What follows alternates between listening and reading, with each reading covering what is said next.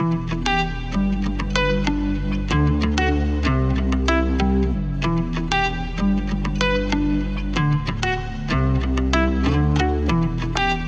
July the 5th, 2023, and it's the 75th anniversary of the founding of our NHS. It's great to be here in Sunderland at Seaburn Beach, and I'm just going to have a little walk along the prom now to ask some very important questions. So, hi, so here's Dr. Pam Wortley from Sunderland KONP.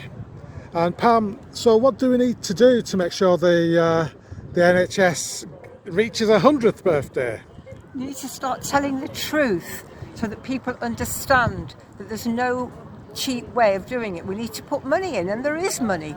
We built the NHS after the war when we were totally broke and against all opposition from particularly the doctors, but they've all come on board with it now. We all value it, we all love our NHS, and we want it to be there for our children.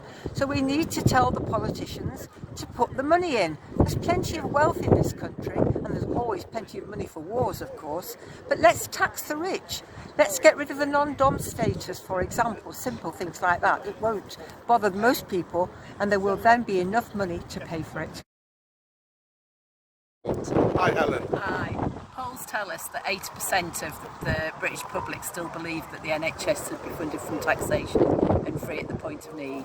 We need people to stand up and to tell our politicians that that's what they want to happen. We've got to stop listening to the rubbish that's coming out of shareholders who want to make money out of the NHS and stand up for a fully funded NHS, paid out of taxation and free at the point of need. We've got to make sure people are aware of what is happening in the health service today and hold our politicians accountable and say that we want a health service as established by Beveridge and Bevan. We've got to maintain that. Well, at the moment we're hearing this torrent of voices, not just from the right but from the mainstream parties, that the NHS model is broken and that after 75 years we need radical reform, which of course means abandoning funding out of general taxation and introducing charges, as well as turning to the private sector. So I think we have to be very, very clear that the NHS founding model hasn't failed. It's been failed by politicians. And the kind of reform we actually want is to go back to those founding principles with a properly funded, properly staffed NHS.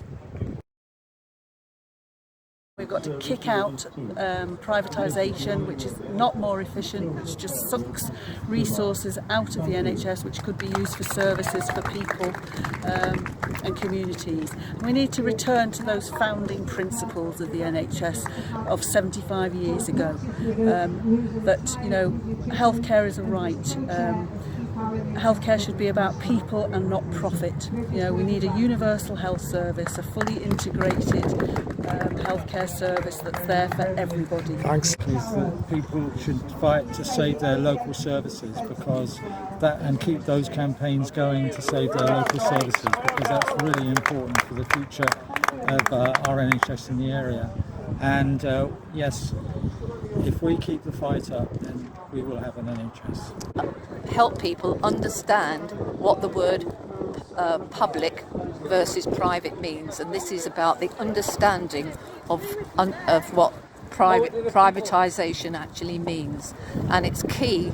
The key word is profit, and I don't think the majority of people, it's not taught in our schools, I'm sure. I think it's the education service is key to this, of understanding. We need to have conversations with people, because so many people are now having bad experiences or worried about family because they're on a waiting list for a long time. We need to remind them that some of the reason is that private companies have cherry-picked the contracts for the easy things to do, like cataracts, and they don't do any of the complicated things.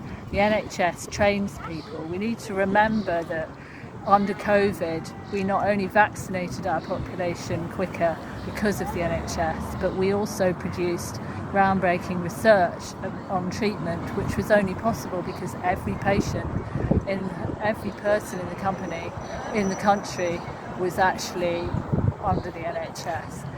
what we need to do is to remember why McFadden created it. It was to save lives and to improve the quality of lives, not think about profit. That it's always got to be people first, profit second, and if necessary we should increase taxation to make sure that there is always money.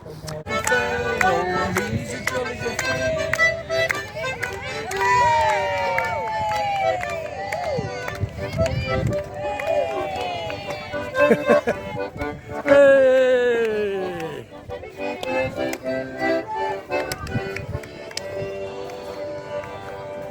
Bye!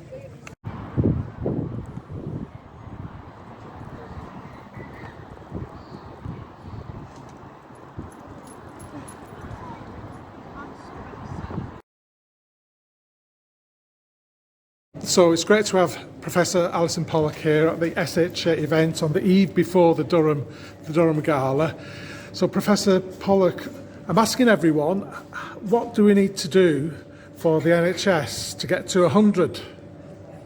So what most people don't realise is that there's been a lot of laws passed which now dismantle and fragment and destroy our NHS. And a key issue is that the duty on the Secretary of State for Health to provide healthcare, universal healthcare throughout England, has now been abolished. It was removed in 2012, and that has now enabled the breakup of the NHS and its destruction and more privatisation. We can't get our NHS back unless we reinstate it, and that will need a major act of Parliament to reinstate the NHS. We've already had a number of bills, the reinstatement bill, private members' bills, and they now need to be revived so that we can actually have legislation going forward to reinstate our NHS. And if we get a Labour government, then that must be their first commitment, is to reinstate and restore the NHS, and that duty on the Secretary of State to provide universal healthcare throughout England. Well, who needs Glastonbury when you've got Durham Miners Gala?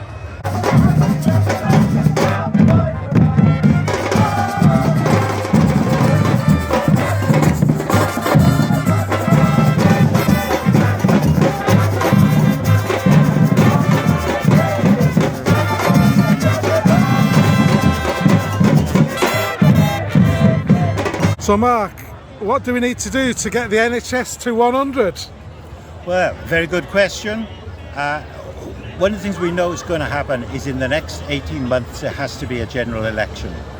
We really think it's important to maximise pressure on politicians and for the SHA, the Labour Party, to make sure we deliver on the NHS and to make sure there's no more backsliding, no more idea that somehow the private sector can solve the problems that we really need a public NHS to fix for us. So we need a widespread recognition of just how important the NHS model is for the country and for health generally. I think to do that, though, we have to make sure that all the campaigning groups like Health Campaigns Together do actually in fact get together, that we stand and make our voices heard. But the argument has to be won amongst the population at large. One thing would be to say, well, we need the money back again. Over the last 13 years, the Tories have taken money off the NHS expectation year after year.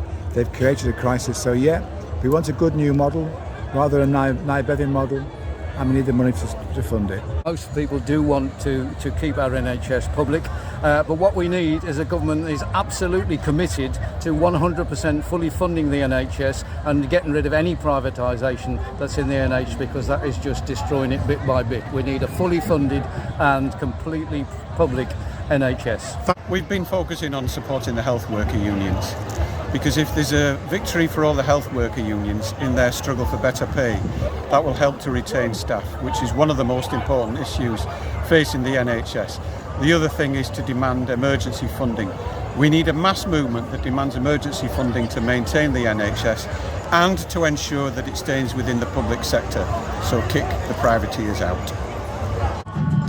Hi, Hi, to get to the 100th anniversary of the NHS, it's going to take the public to truly understand what's happening to the NHS and the extent to which private companies have infiltrated the NHS under the guise of the NHS logo. If people really understood what was happening and wrote to their MPs and took action on this, then I think that would really help. We obviously need a change of government, so we really have to go and campaign really hard at the general election to get rid of the Tories.